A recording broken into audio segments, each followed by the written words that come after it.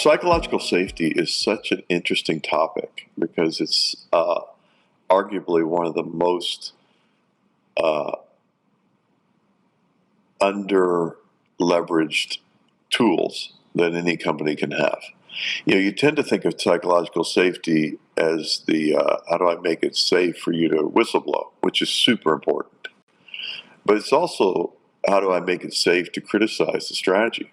How do I make it safe to criticize this new product?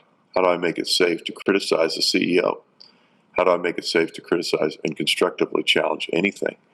And that is such a powerful tool that it's disastrous if you think about it, how under leveraged it is, because how powerful it could be. But it takes self-confidence on the part of the leaders to be able to create a climate for that and to be able to foster a climate that enables that. You know, the whistleblower extreme is so important, but it's really the extreme. And so if you cultivate the whistleblower extreme, you're probably helping to open the door to all the rest of the company. You know, I would say, you know, so let me talk about the specific question of, gosh, what about, can one whistleblower find another whistleblower so that you feel the camaraderie and the completeness that, you know, it's not just me. I don't feel so alone.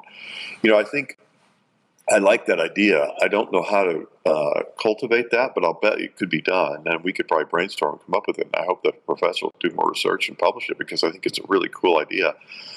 I think I'll flip it around, you know, because one bias I have is that I come at every question you ask me through my current job, which is I'm at the top of a company and there's a whistleblower somewhere who wants to speak out but hasn't yet, and the comfort of knowing there's someone else who's spoken out on the same topic could enable them to speak out. I want to enable that. The flip side of that is I actually want to enable so much freedom, and so I want to encourage that kind of speaking up in such a way all the time. So one of the most important things I can do is talk about our foibles and our mistakes and our problems very openly and very vulnerably. You know, for example, I can tell you right now, we're not good enough at drawing out all the whistleblowers in our company.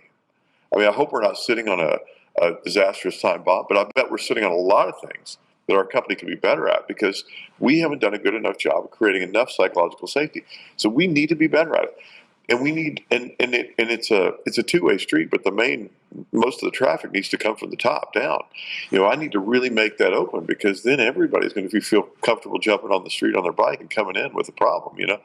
So I think this is such an important topic, and it gets framed in its narrowest and most extreme area, which is whistleblowing, but it should be talked about all the time. But the benefits of whistleblowing, challenging, expecting more, and feeling ownership for the company you work in, or organization you're part of, is so valuable.